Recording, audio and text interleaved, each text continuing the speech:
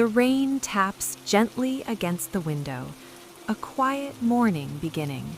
I hold a warm cup of tea, letting the heat settle into my hands. Steam rises and fades into the gray light. A book rests beside me. As I turn a page, its soft whisper blends with the rain.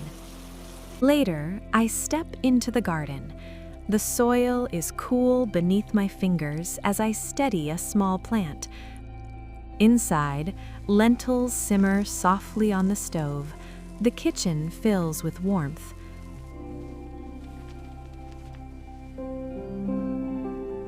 Simple things feel enough.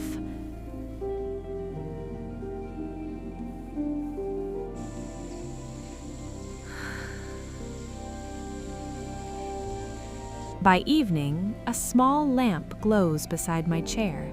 The rain has faded. The house is still. At night, I place my book by the bed and lie down quietly. In the hush of the room, I feel something gentle settle inside me. Just quiet healing, like rain, like tea, like turning pages.